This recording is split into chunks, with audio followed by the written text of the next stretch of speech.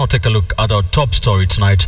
And almost 2 months to the day since terrorists laid siege at the Westgate Mall, Kenya can now get its first look at the damage left in the wake of those 4 dark days.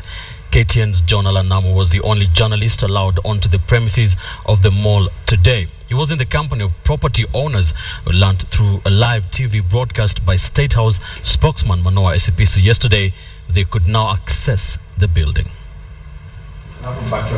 Wherever you look, the weight of what took place under this ceiling and inside the walls of the Westgate shopping mall is inescapable. Long, hard glances remind you of the scale of the damage to the mall's structure. And close observation brings back the very personal nature of the siege. It's been months since the attack, but the smell of rotting food and ash greets your nostrils with pungent enthusiasm. This is what the managers of the Westgate Mall have to deal with now as they put their heads together on a way forward after they received news of the handover at the same time as everybody else. We were surprised to learn through televised news last evening that the Westgate shopping mall was no longer a scene of crime and that public had access to the building. We wish to state that there has been no official handover from government agencies, and we are here today to put security in place as the building has been abandoned.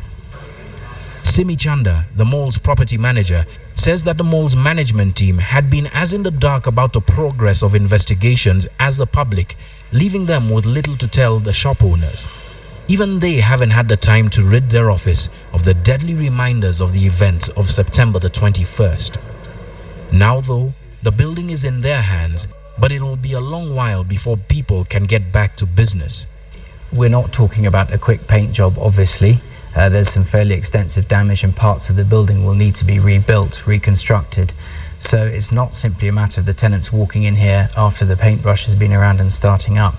But we simply don't know the extent of that damage until the experts have come in and had a look at it. One of the main reasons for this lies in a part of the mall that we're not allowed to see today. The lone elephant statue outside Nakumatt is about the only thing left standing in that part of the mall. That section of the building totally collapsed after a fire engulfed the entire supermarket. Even here though, there is hope.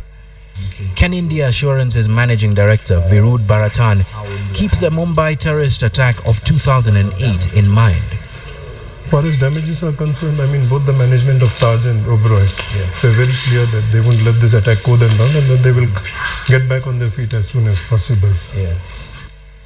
He tells me that the property owners have been compensated and shop owners too have received compensation for loss of rent.